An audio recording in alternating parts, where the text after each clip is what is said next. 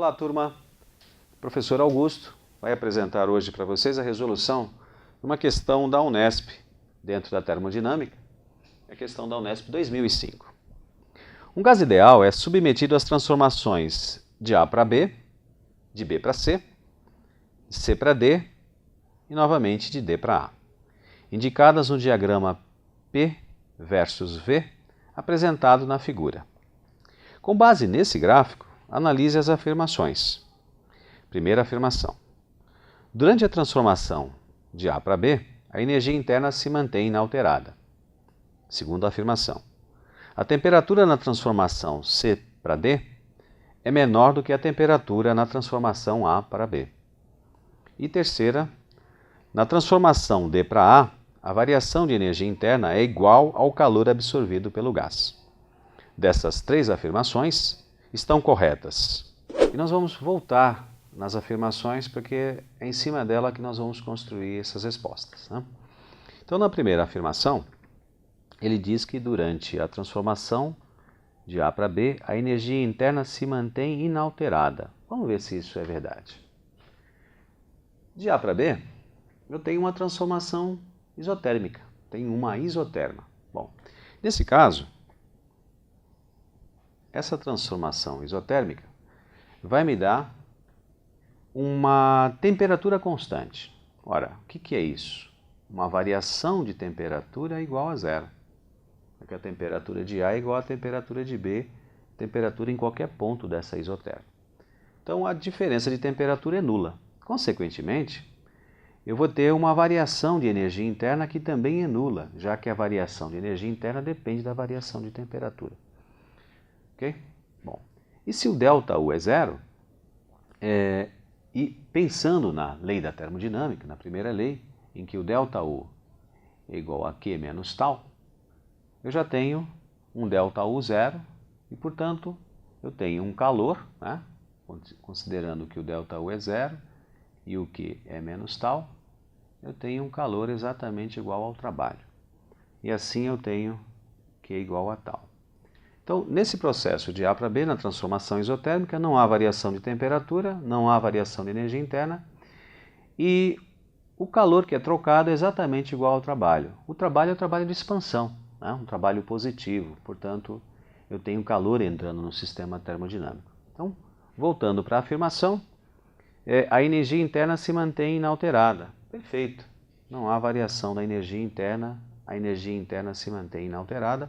Então, essa afirmação ela é verdadeira. Muito bem. Vamos verificar a segunda afirmação.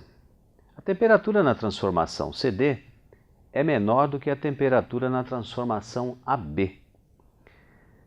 E aí, eu tenho que pedir para você olhar com cuidado essa isoterma aqui de A para B e também essa isoterma de C para D. Essa isoterma de C para D, ela está mais perto da origem. E só esse fato já nos leva a crer que a temperatura da isoterma CD é menor. Ora, faça uma analogia.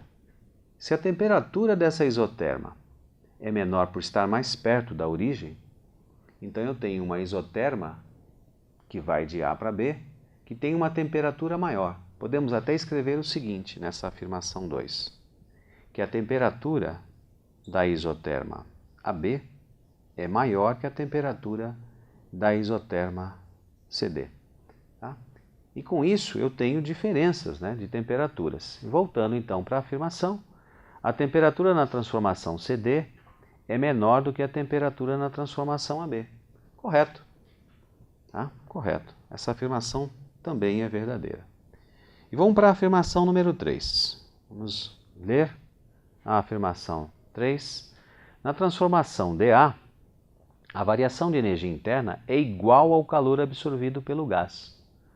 Vamos usar de novo a equação da primeira lei da termodinâmica. Tá? Então, vou reprisar ela aqui.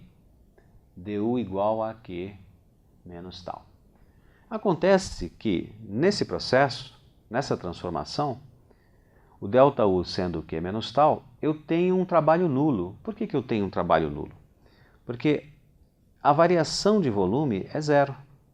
Ora, uma variação de volume é zero, não há variação de volume, tá? Um volume constante, então vai me dar um trabalho igual a zero.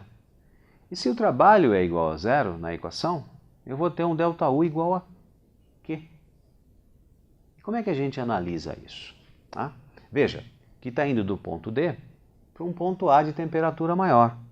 Portanto, eu tenho um ΔU positivo, um aumento, né, na temperatura, consequentemente, um aumento na variação de energia interna. Ora, se eu tenho uma variação positiva, eu tenho um Q positivo. Então está entrando calor no sistema, tá? E está aumentando a temperatura do sistema. Então está aumentando a energia interna do sistema. Então, fechando a frase, a variação de energia interna é igual ao calor absorvido pelo gás. A variação da energia interna é igual ao calor absorvido pelo gás.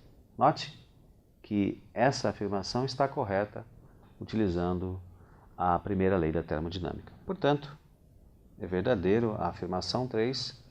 E assim, a alternativa correta para essa questão é a letra D. Gente, obrigado pela atenção e até a próxima.